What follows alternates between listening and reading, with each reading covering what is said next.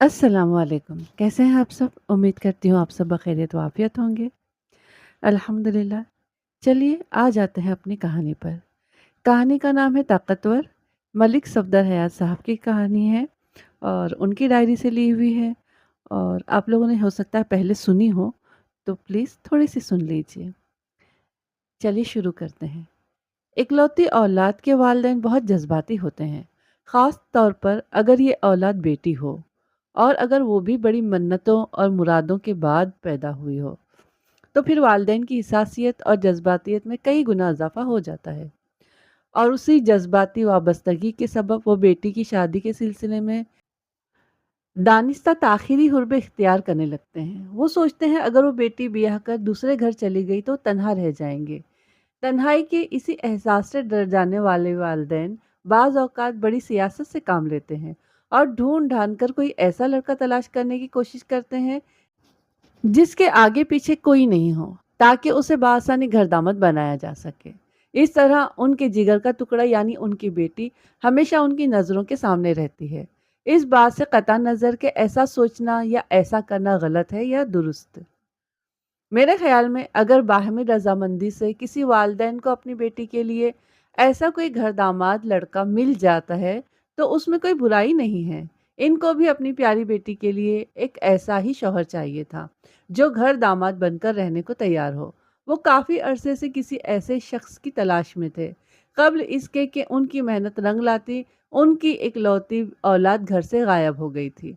वो गंदम की कटाई का मौसम था। एक रोज़ हस्ब मामूल में तैयार होकर थाने पहुंचा, तो लड़की की गुमशुदगी का एक केस मेरा मुंतज़िर था। मैं अपने कमरे में आकर बैठा ही था कि एक कांस्टेबल ने मेरे पास पहुंचकर बताया, मलिक साहब ये लोग काफ़ी देर से आपका इंतज़ार कर रहे हैं। कांस्टेबल की ये लोग का मतलब मैं बड़ी वज़ाहत से समझ गया था। उनका इशारा उन दो अफराद की तरफ था जो बाहर बरामदे में बैठे थे। उनमें से एक मर्द और दूसरी औरत थी। जब मैं अपने कमरे की तरफ आ रहा था तो मेरी निगाह उन पर पड़ी थी। मैंने कांस्टेबल से पूछा, क्या मामला है? इनकी जवान बेटी घर से गायब हो गई है, मस्कुरा कांस्टेबल ने बताया। वो इसी सिलसिले में आपके पास आए हैं। ठीक है, तुम उन्हें अंदर भेज दो, मैंने कहा, और मेरे लिए ठंडा पानी भी ले आना। वो बड़े अदब से गर्दन को अज़बाती जंबिश देते हुए मेरे कमरे से निकल गया। इस ज़माने में आजकल की तरह फ्रिज का रिवाज आम नहीं हुआ था। लफ्ज़ रिवाज को अगर ज़रूरत से बदल दिया जाए तो ज़्यादा मुनासिब होगा। आजकल जहाँ तक बिजली की रसाई है, वहाँ ज़रूरियात ज़िंदगी की तकरीबन तमाम अशिया पहुँची हुई हैं, जैसे टीवी, फ्रिज, केबल। लेकिन जिस ज़माने का ये किस्सा है, उस वक़्त गाँव देहात में फ्रिज का कोई तसव्वुर ही नहीं होता था। मौसम गर्मा में ठंडे पानी के हुसूल के लिए मिट्टी के घड़े और मटके वग़ैरह इस्तेमाल किए जाते थे। हमारे थाने में भी ठंडे पानी की फराहमी का यही बंदोबस्त मौजूद था। थोड़ी देर में ठंडे पानी का गिलास और फरियादी जोड़ा मेरे कमरे में मौजूद था। मैंने अपनी मेज़ के सामने बिछी कुर्सियों की जानिब इशारा करते हुए मुतदिल अंदाज में कहा, बैठ जाओ। लम्हाती तज़ब्ज़ुब के बाद वो कुर्सियों पर बैठ गए। उनके अंदाज से परेशानी मुतरश्शह थी। कांस्टेबल की ज़ुबानी मुझे इतना मालूम हो चुका था कि वो अपनी बेटी की गुमशुदगी के सिलसिले में थाने आए थे। बैठने के बाद वो इज़्तिरारी नज़रों से एक दूसरे की तरफ देखने लगे। ग़ालिबन उनकी समझ में नहीं आ रहा था कि बात कहाँ से शुरू करें। मैंने उनकी मुश्किल आसान करते हुए कहा, जी बताएं आप लोगों का क्या मसला है? सवालिया अंदाज में उन्हें देखते हुए मैंने ठंडे पानी का गिलास खाली कर दिया। मर्द ने अपना तारुफ कराते हुए कहा, थानेदार साहब, मेरा नाम गुलाम सरवर है और ये है मेरी बीवी आसिया।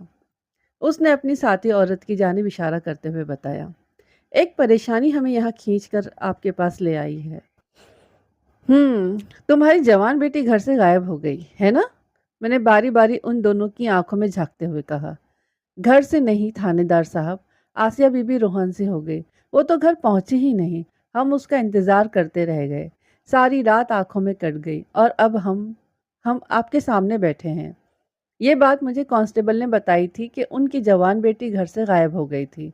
बहरहाल घर से या कहीं बाहर से उनकी बेटी गुम हो चुकी थी। गुलाम सरवर ने इमदाद तलब नज़र से मुझे देखते हुए गुलूगीर आवाज़ में कहा, थानेदार साहब, हम ज़ेबू की वजह से सख्त परेशान हैं। आप किसी तरह हमारी बेटी को ढूंढ निकालें, वरना उसकी माँ रो रो कर अपनी आंखें अंधी कर बैठेगी। परेशानी तो तुम दोनों के चेहरों से झलक रही है, मैंने हमदर्दी भरे लहजे में कहा। मुझे बताओ कि तुम्हारी बेटी कब और कहाँ से गायब हुई है। जब तक पूरी बात मुझे पता नहीं चलेगी, मैं आप लोगों की कोई मदद नहीं कर सकूंगा। वो दोनों घबराकर सरासीमा नजरों से मुझे तकने लगे। गुलाम सरवर लजाजत भरे लहजे में बोला, थानेदार साहब, आप ऐसा तो नहीं कहें। हम बहुत आस और उम्मीद लेकर आपके पास आए हैं। जेबू कल पूरी रात घर से गायब है। ऊपर खुदा और नीचे आप ही हैं जो जेबू को ढूंढ सकते हैं। मैं तुम्हारी आस और उम्मीद को नहीं तोड़ रहा। मैंने बारी बारी उन दोनों की तरफ देखा। समझाने वाले अंदाज में मैंने उनसे कहा, मैं थाने में आलू प्याज की अड़हत करने नहीं बैठा हूँ। मेरे महकमे ने आप लोगों की दाद रसी के लिए ही मुझे यहाँ तैनात किया है। मेरे थाने की हुदूद में जो भी वाक़या रोनुमा होगा उसे मैंने ही देखना है। लेकिन जब तक मुझे किसी मामले के पस मंज़र का इल्म नहीं होगा, मैं सही खतूत पर कोई कोशिश नहीं कर सकूंगा। आप लोग मेरी बात समझ रहे हो ना?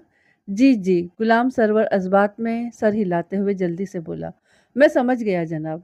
मैं आपको बताता हूँ। लम्हाती तवक्कुफ करके उसने गहरी सांस खारिज की, फिर ठहरे हुए अंदाज में बताने लगा। जुबैदा उर्फ जैबू गुज़िश्ता रोज़ अपनी सहेलियों के हमरा मेले की रौनक देखने गई थी।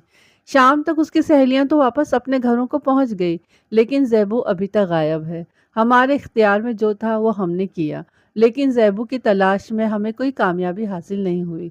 पिछली रात हमने बड़ी अजियत में गुजारी है। सुबह किसी सियाने ने मशवरा दिया कि हमें थाने जाकर अपनी बेटी की गुमशुदगी की रिपोर्ट दर्ज कराना चाहिए। उस बंदे का मशवरा हमारी समझ में आ गया और हम आपके पास चले आए हैं। मैं सीधा होकर बैठ गया। गुलाम सरवर की बयान करदा कहानी हर लिहाज से नामुकम्मल थी। जुबैदा उर्फ ज़ैबू की तलाश के लिए ये मालूमात काफ़ी नहीं थी।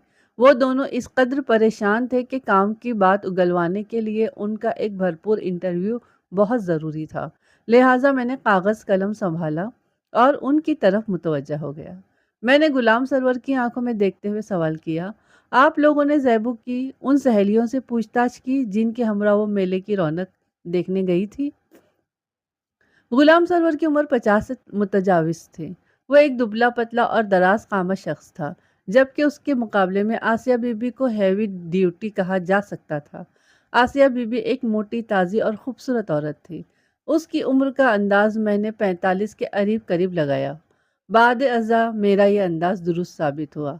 वो 46 साल की थी। उनकी गुमशुदा बेटी जैबू की उम्र 24 साल थी। हमने बारी बारी सब लड़कियों से जैबू के बारे में पूछ लिया।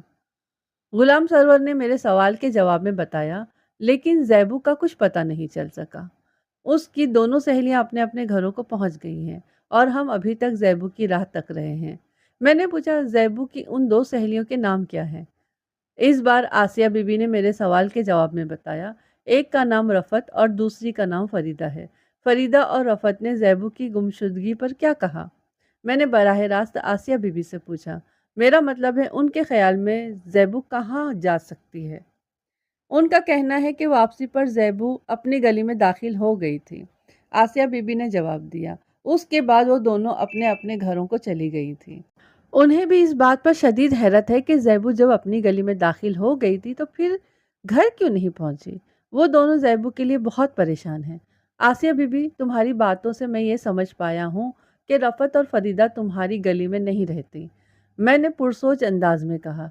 इसलिए वो मेले से वापसी पर ज़ैबू को उसकी गली में दाखिल करके आगे बढ़ गई थी। जी हाँ, जी हाँ, वो गर्दन को अज़बाती जुम्बिश देते हुए बोली। वो दोनों मंढोरा कला में रहती हैं, लेकिन उनके घर दूसरी गलियों में हैं। लम्हाती तवक्कुफ करके उसने सास को हमवार किया, फिर वजाहत करते हुए बोली, फरीदा का घर हमारी उक्बी गली में है। यूँ समझे कि हमारा घर फरीदा के घर के पिछवाड़े से मिला हुआ है। दोनों घरों की छतें आपस में मिले हुए होने की वजह से बजरिया छत दोनों सहेलियां बआसानी एक दूसरे के घर में आती जाती रहती हैं, जबकि रफ़त का घर 2 गली छोड़कर है। फिर गुलाम सरवर ने मुझे बताया कि रफ़त की 3 साल पहले शादी हो चुकी थी। उसका 2 साल का एक बेटा है। ये बच्चा 2 साल पहले ईद के दिन पैदा हुआ था, लिहाजा उसका नाम ईद मोहम्मद रख दिया गया, जो बिगड़कर ईदू हो गया। रफ़त के शौहर का नाम मुश्ताक मोहम्मद है। वो कोट कशाल नामे गांव में रहता है। आजकल रफ़त अपने मैके मंढोरा कलां आई हुई है। कोट कुशाल में मुश्ताक किराने की दुकान चलाता है। मैंने गुलाम सरवर से पूछा, क्या ज़ैबू की शादी हो चुकी है? ये सवाल मैंने एक ख़ास मकसद से पूछा था, वरना अब तक जो हालात मेरे इल्म में आ चुके थे, उनकी रोशनी में बड़े वाज़ेह अंदाज़ में देखा जा सकता था कि गुमशुदा ज़ैबू गैर शादीशुदा थी। गुलाम सरवर ने नफ़ी में गर्दन हिलाई और कहा, नहीं जनाब। क्या वो मंगनीशुदा है? मैंने सवाल किया। उसने एक बार फिर नफ़ी में गर्दन हिला दी। मैंने पूछा, इसकी कहीं बात वगैरह चल रही थी? अभी तक इस किस्म की कोई बाकायदा सिलसिला शुरू नहीं हुआ था। उसने मेरे इस्तिफसार के जवाब में बताया, सिलसिला तो शुरू हो ही जाता, लेकिन ज़ैबू के बाप की वजह से मामला खटाई में पड़ जाता है। आसिया बीबी ने शिकायती नज़र से गुलाम सरवर की तरफ देखते हुए कहा। गुलाम सरवर की वजह से क्यों? मैंने खासी तीखे लहजे में पूछा। आसिया बीबी की बात ने मुझे चौंका दिया था। उसने एक बार फिर गुलाम सरवर की जानिब देखा और मेरे सवाल के जवाब में बताया, पिछले 4 साल में 5-6 घरों से ज़ैबू के लिए अच्छे अच्छे रिश्ते आए हैं, मगर गुलाम सरवर ने साफ इनकार कर दिया। ये बात क्या हुई? मैंने उलझनज़दा नज़र से बारी बारी उन दोनों की जानिब देखा। लोग तो अल्लाह का शुक्र अदा करते हैं जो किसी अच्छी जगह से बेटी का रिश्ता आ जाए। गुलाम सरवर कहता है, ज़ेबू तो अभी बच्ची है, उसकी शादी की ऐसी भी क्या जल्दी है? आसिया बीबी ने बुरा सा मुंह बनाते हुए कहा। हाँ, मैं ऐसा ही समझता हूँ। गुलाम सरवर एक एक लफ्ज़ पर जोर देते हुए बोला। मेरी नज़र में ज़ेबू अभी कमसीन है। बोलते बोलते उसकी आवाज़ गुलूगीर हो गई। उसने एक अफसुर्दा सांस खारिज की, फिर अपनी नम आंखों को हाथ की पुष्ट से साफ करते हुए बोला, आह मेरी ज़ैबू कहाँ चली गई? मैं उसे किधर तलाश करूं? ज़ैबू गुलाम सरवर की इकलौती बेटी थी, इकलौती औलाद। इकलौती औलाद के हवाले से मैंने इस कहानी की इब्तिदा में आप अपने ख्यालात का मुकम्मल और खुलकर इजहार कर दिया है।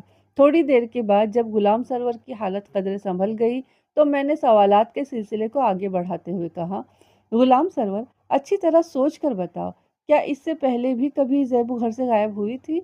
नहीं जनाब, उसने नफ़ी में जवाब दिया। ऐसा वाक़या पहले कभी पेश नहीं आया। तुम लोगों की किसी के साथ कोई ख़ारबाज़ी तो नहीं? मैंने पूछा। हरगिज़ नहीं जनाब, उसने पूरी क़तियत के साथ जवाब दिया। हमारी किसी से कोई दुश्मनी नहीं, जो ज़ैबू की गुमशुदगी को इस तनाज़ुर में देखा जाए। तुम्हारे दूसरे रिश्तेदार कहाँ रहते हैं? मैंने उसकी आंखों में झांकते हुए सवाल किया।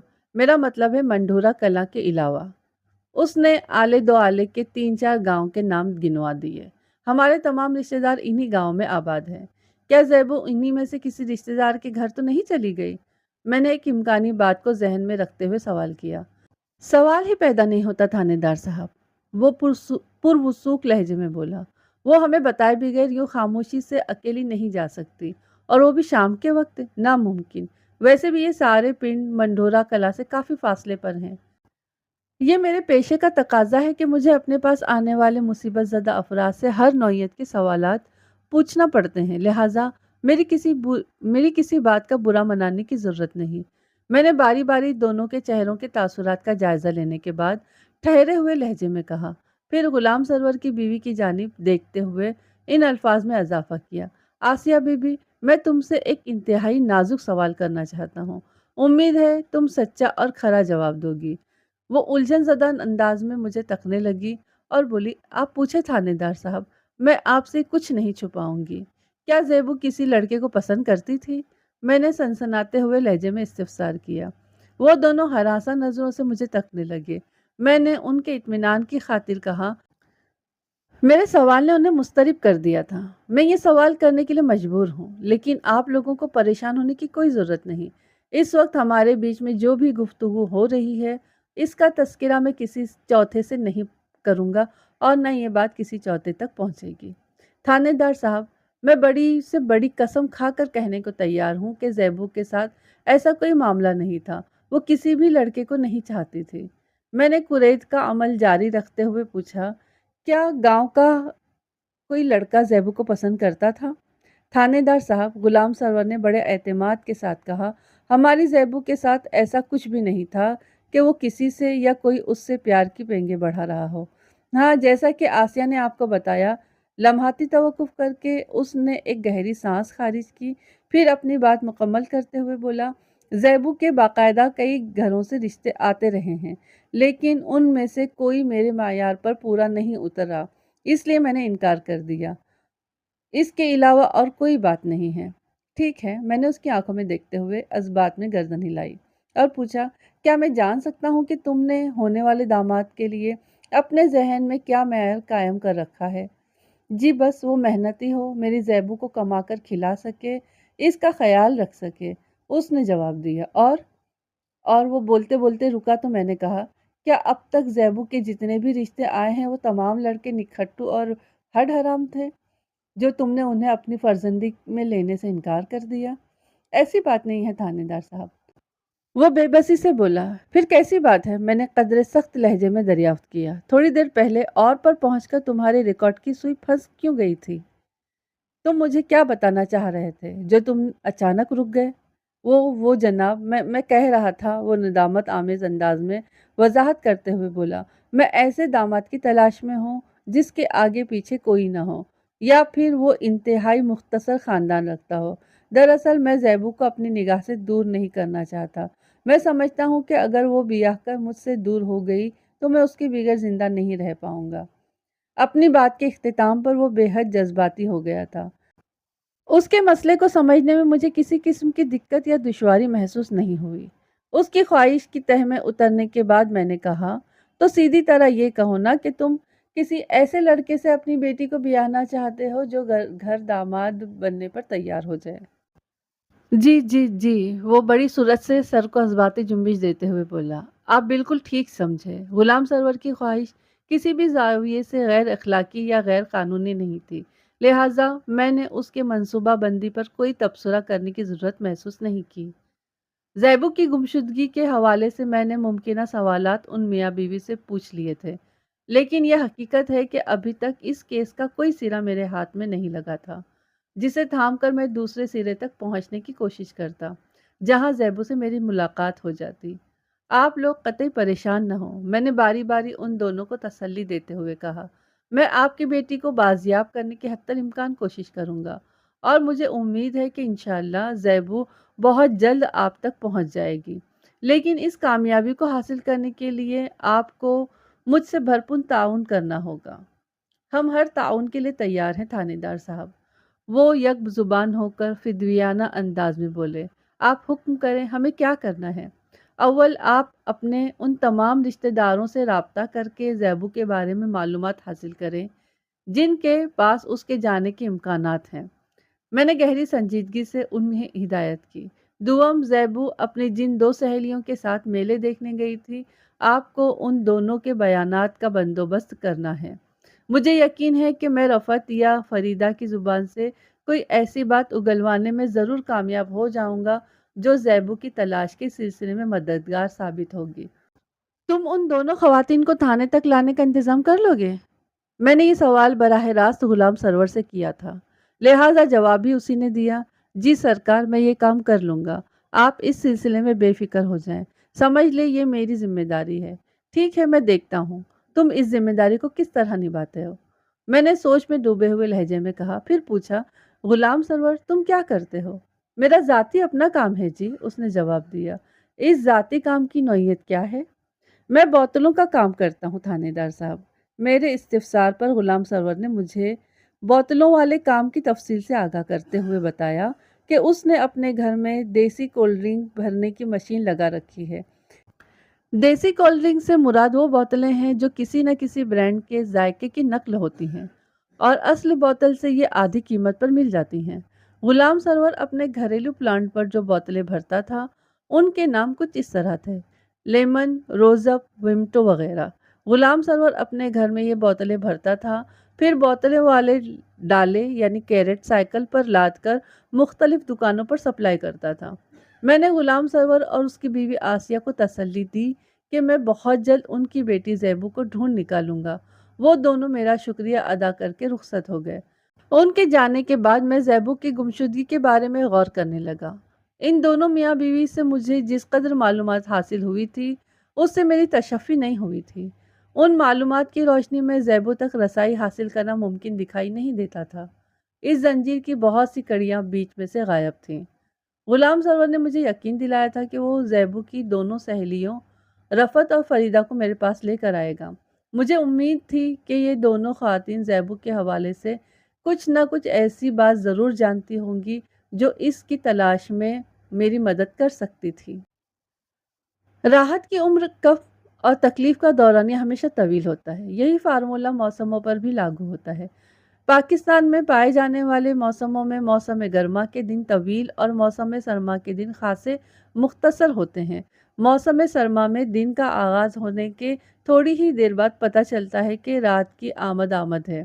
मौसम गर्मा के दिन को तो गुजारना पहाड़ काटने के मुतरादिफ है। सह पहर के बाद मेरे जी में आई कि मैं मंडोरा कलां जाकर वहाँ के हालात का जायज़ा लूँ। गुलाम सरवर और आसिया बीबी की फराहम करदा मालूमात इस मामले को आगे बढ़ाने के लिए काफ़ी नहीं थी। थाने में फौरी नौयत की कोई मसरूफियत नहीं थी, लिहाजा मैंने एक तांगा मंगवाया और एक कांस्टेबल को साथ लेकर मौजा मंडोरा कलां की तरफ रवाना हो गया। इन दिनों मेरी तैनाती रसूलपुर तारड़ के थाने में थी। रसूलपुर तारड़ नामी ये कस्बा हाफिजाबाद और पिंडी भटिया के दरमियान वाक़ है। मंडोरा कला, कोल्लोहाल, कोट कुशाल, सुल्तानपुरा, शम्साबाद और चक जंजुआ मेरे थाने के हुदूद में आते थे। हम एक नहर के किनारे सफ़र करते हुए मंडोरा कलां जा पहुंचे। गुलाम सरवर का घर गांव के वस्त में था। गांव में दाखिल होने से पहले मैंने उस मेले का एक तायराना नज़ारा भी कर लिया जिसका जिक्र गुलाम सरवर ने किया था। मेरी मालूमात के मुताबिक ये मेला हर साल मई के महीने में गांव से बाहर एक खुले मैदान में लगा करता था जो कई दिन तक जारी रहता था। आम दिनों में ये वसी व अरीज मैदान बच्चों के खेल कूद के लिए इस्तेमाल होता था, जिसमें फुटबॉल, वॉलीबॉल, पतंगबाजी और दीगर मारूफ देहाती खेल खेले जाते थे। गुलाम सरवर का घर 3 कमरों पर मुश्तमिल था। 2 कमरे घर के पिछले हिस्से में पहलू ब पहलू बने हुए थे। उनके आगे एक तवील बरामदा था। बरामदे के बाद एक कुशादा सहन था जिसमें आम और अमरूद के दरख्त इस्तेदा थे। सहन के एक कोने में बरामदे से मुल्हका एक ओपन किचन बना हुआ था। ओपन किचन के अल्फाज से आप कहीं उसे अमेरिकन किचन न समझ लीजिएगा। इससे मेरी मुराद ये है कि वो एक बेदर व दीवार छत वाला कुदरती एयर कंडीशनड बावर्ची खाना था। सहन के मुख्तलिफ हिस्सों में पानी वाले टब और बोतलों वाले खाली और भरे हुए दोनों किस्म के डाले रखे हुए नजर आ रहे थे। इस घर का तीसरा कमरा मकान के सामने वाले हिस्से में दाखिली दरवाजे के साथ बना हुआ था और उस कमरे में गुलाम सरवर ने बोतलें भरने वाली मशीन लगा रखी थी। गोया ये उसकी कोल्ड ड्रिंक फैक्ट्री थी। गुलाम सरवर ने हमें अपने कमरे के सहन में बैठा दिया। अगरचा मौसम काफ़ी गर्म था, लेकिन साएदार दरख्तों के नीचे चारपाई पर बैठना खासा खुशगवार महसूस हो रहा था। गुलाम सरवर और उसकी बीवी आसिया हमारे सामने दूसरी चारपाई पर बैठ गए। मैंने कहा, गुलाम सरवर, मुझे तुम्हारे कहे हुए अल्फाज पर तो किसी किस्म का कोई शुबा नहीं। मैंने सोचा कि खुद ही तुम्हारे गांव का एक चक्कर लगा लेता हूँ। इस तरह रफत और फरीदा से भी मुलाकात हो जाएगी और मैं जाए वक़ुआ का भी जायज़ा ले सकूंगा। हो सकता है कोई काम की बात मालूम हो जाए जिसकी मदद से मैं ज़ैबू का सुराग लगाने में कामयाब हो जाऊं। आपने बहुत अच्छा किया जो आप आ गए। आसिया बीबी सरसराती हुई आवाज़ में बोली, वरना हमने तो प्रोग्राम बनाया था कि सुबह ही सुबह आपके पास जाएंगे। मैंने चौंक कर उसकी तरफ देखा और पूछा, ऐसी क्या बात हो गई है कि आप लोगों को मेरे पास आने का प्रोग्राम बनाना पड़ा? बात दरअसल ये है थानेदार साहब, गुलाम सरवर ने ठहरे हुए लहजे में बताना शुरू किया। मैंने कुछ रकम आसिया के पास रखवाई थी। वो पैसे घर से गायब हैं। मैं सीधा होकर बैठ गया। गुलाम सरवर ने बड़ी अहम बात की थी। आसिया बीबी ने कहा, हम इसी वजह से आपके पास आना चाहते थे। कितनी रकम गायब हुई है? मैंने तेज लहजे में दरियाफ्त किया। 2,000 रुपए, उसने जवाब दिया। 2,000? मैंने हैरत भरे अंदाज में दोहराया। मेरी हैरत का सबब यूं था कि जिस जमाने का ये वाकया है जो मैं आपकी खिदमत में पेश कर रहा हूँ, तब 2,000 रुपए कोई मामूली रकम में शुमार नहीं होते थे। वो बहुत ही बड़ी रकम शुमार की जाती थी। वो बहुत ही भला और सस्ता ज़माना था। एक आम आदमी की तनख्वाह 30 से 40 रुपए हुआ करती थी, या ज़्यादा से ज़्यादा 50-60 रुपए। सोना 70-80 रुपए तोला मिल जाया करता था। एक दरमियाने साइज के घराने का महीने भर का राशन 10 रुपए में आ जाया करता था। अब आप खुद ही हिसाब लगा लें कि इस दौर में 2,000 रुपए आजकल की कितनी मालियत के हामिल हो सकते हैं। आसिया बीबी ने इस बात में गर्दन हिलाई और कहा, जी थानेदार साहब, गुलाम सरवर ने मुझे बताया। मैंने ये रकम एक ख़ास मकसद के लिए आसिया के पास रखवाई थी। मैं हर माह कुछ न कुछ पस अंदाज करता रहता हूँ। ये मेरी बरसों की बचत है, बल्कि बचत थी, अब तो वो भी घर से गायब हो चुकी है। उसने एक सर्द और गहरी सांस खारिज की, फिर अफसुर्दा अंदाज में बताने लगा। मैं बड़ी धूमधाम से ज़ैबू की शादी करना चाहता था। इसके अलावा मैं अपने सामने वाला घर खरीद कर ज़ैबू को देना चाहता था, ताकि वो शादी के बाद हर वक्त मेरी निगाह के सामने रहे। मेरी कोशिश तो यही थी कि मुझे कोई नेक और सौले घर दामाद मिल जाए। ये मकान खरीद कर ज़ैबू को देने वाला मंसूबा इस सूरत के लिए था कि अगर ज़ैबू का शौहर हमारे साथ रहने के लिए राज़ी ना हुआ, तो मैं उन लोगों को सामने वाले घर में बसा दूंगा। मगर सब खत्म हो गया। ज़ैबू भी गई और 2000 की रकम भी गायब है। मैं एक दुखी बाप के जज्बात को अच्छी तरह समझ सकता था। गुलाम सरवर के तमाम मंसूबों का सत्यानाश हो गया था। मेरा जहन एक ख़ास अंदाज में सोच रहा था। जुबैदा उर्फ ज़ैबू की गुमशुदगी के साथ ही घर से 2000 भी गायब हुए थे। लिहाजा ऐसा सोचने में कोई कबाहत नहीं थी कि वो रकम ज़ैबू अपनी मर्जी से अपने साथ ले गई होगी। इसी पॉइंट को नज़र रखते हुए मैंने आसिया बीबी से कहा, कहा नहीं, पूछा, तुमने 2000 की ये रकम कहाँ रखी थी? उसने मेरे सवाल का जवाब देने से पहले अपने शौहर की तरफ देखा, फिर झिल्लाए हुए लहजे में बोली, सरवर थानेदार साहब काफ़ी देर से बैठे हैं। तुम उनके लिए कोई ठंडी बोतल तो ले आओ। देखो कितनी गर्मी हो रही है। इस नुक्ते पर आसिया बीबी से मैं मुत्तफिक था, क्योंकि मौसम बहुत ज़्यादा गर्म हो रहा था। लिहाजा मैंने गुलाम सरवर को कोल्ड ड्रिंक लाने के लिए मना करने की कोशिश नहीं की। इस वक्त मैं वाक़ईतन शदीद प्यास महसूस कर रहा था, और यकीनन मेरे साथ आने वाला कांस्टेबल का भी यही हाल था। गुलाम सरवर उठकर खड़ा हो गया और बोला, मैं उन लोगों के लिए दूध सोडा बनाकर लाता हूँ। दूध सोडा उस ज़माने का एक मारूफ और हर दिल अजीज़ मशरूब था, जिसे गर्मी का तोड़ समझा जाता था। पके हुए दूध के अंदर सोडे की कोई भी बोतल मिलाकर दूध सोडा तैयार कर लिया जाता था, और हस्बे ज़रूरत उसमें चीनी और बर्फ़ भी शामिल कर ली जाती थी। इस मकसद के लिए उमूमन रोज़ अप की बोतल इस्तेमाल की जाती थी, जिसके अंदर मौजूद सोडा वाटर का रंग सुर्ख हो जाता था।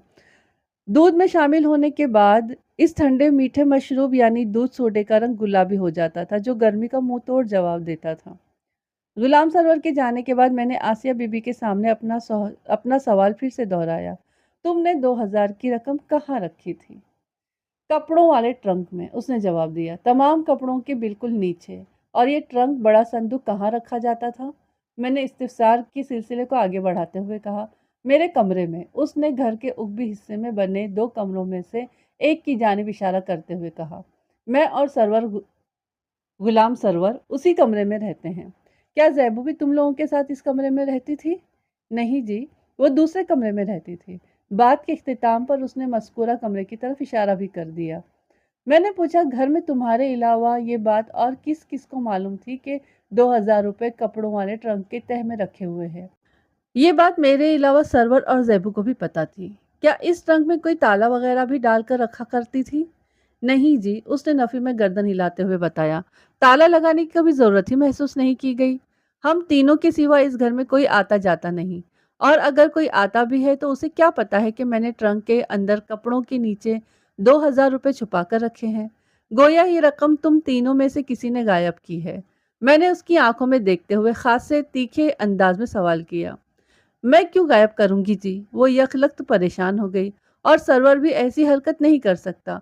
वो अक्सर मेरे पास रकम रखवाता रहता है, और जब उसे ज़रूरत होती है तो वो मुझसे ही मांगता है। और ज़ैबू के बारे में तुम्हारा क्या ख्याल है? उसके चेहरे पर निगाह जमा कर मैंने सनसनाते हुए लहजे में सवाल किया। वो मेरे सवाल को अच्छी तरह समझ गई और बोली, मैं ज़ैबू को भी चोर नहीं समझती थानेदार साहब। तुम तो तस्लीम करती हो ना कि घर से 2000 रुपए गायब हुए हैं? जी, इसमें तो कोई शक ही नहीं। और ज़ैबू भी कल शाम से ही गायब है। जी, उसने इस्बात में गर्दन हिला दी। क्या इससे पहले भी कभी घर से कोई रकम गायब हुई है? नहीं जी, कभी नहीं। वो सर को इनकारी जिम्बिश देते हुए बोली, ये पहला मौका है। और तुम लोगों ने थाने में मुझे बताया था कि ज़ैबू की गुमशुदगी का ये पहला वाकया है। मैंने उसकी आंखों में झांकते हुए कहा, इससे पहले वो कभी घर से गायब नहीं हुई थी। जी, जी, यही हकीकत है, वो जल्दी से बोली। तो मुझे क्या समझती हो आसिया बीबी? मेरे इस सवाल ने उसे उलझन में डाल दिया। तेजी से पलकें झपकाते हुए उसने जवाब दिया, आप तो थानेदार हैं जी, और थानेदार का काम है थानेदारी करना। मैंने एक-एक लफ्ज़ पर ज़ोर देते हुए कहा। ये बात तो तुम मानती हो ना? जी, जी, बिल्कुल मानती हूँ, वो तायदी अंदाज़ में बोली। मेरा पेशा यानी ये थानेदारी मुझसे तकाज़ा करता है कि मैं हालात व वाक़यात को मद्देनज़र रखते हुए मंतकी अंदाज़ में सोचूँ। मैंने बदस्तूर उसकी आँखों में देखते हुए संजीदा लहज़े में कहा, और मैं मंतकी तौर पर इस नतीजे पर पहुँचा हूँ कि रकम के ग़ियाब का ज़ैबू की गुमशुदगी के साथ गहरा ताल्लुक है। सादा अल्फाज में तुम ये समझ लो कि जहाँ ज़ैबू गई है, रकम भी वहीं गई है। मेरा तो दिमाग काम नहीं कर रहा थानेदार साहब। वो दोनों हाथों से अपने सर को थामते हुए बोली, तुम परेशान नहीं हो आसिया बीबी। मैंने हमदर्दी भरे लहजे में उससे कहा, तुम्हें आज़ुर्दा देखकर गुलाम सरवर भी हिम्मत हारने लगता है। तुम लोगों को फ़िक्रमंद होने की अब ज़रूरत नहीं। ये केस मेरे हाथ में है और मैं वादा करता हूँ कि बहुत जल्द मैं ज़ैबू को तलाश करने में कामयाब हो जाऊँगा। और फिर रकम भी बाजियाब करने में देर नहीं लगेगी। वो तशक्कुराना नज़र से मुझे देखते हुए रूहान से अंदाज में बोली, रकम गई चूल्हे में। बस ज़ैबू खैरियत से सही सलामत वापस आ जाए, तो मुझे कुछ और नहीं चाहिए थानेदार साहब। बात के इख्तिताम पर उसकी आंखें छलक गईं। वो अपने दुपट्टे के पल्लू से आंखों में उतरने वाले आंसुओं के नमकीन सेले आग के आगे बंद बांधने की कोशिश करने लगी। आसिया बीबी एक माँ थी। मैं उसके महसूसात को समझ सकता था। वो इन लम्हात में बेटी की गुमशुदगी के हवाले से बहुत ज़्यादा जज़्बाती हो रही थी और उसे मग़मूम होना भी चाहिए था। जिसका कलेजा जल रहा हो, वही इस तपिश को महसूस कर सकता है। दूर से देखने वाले तमाशाई कहलाते हैं।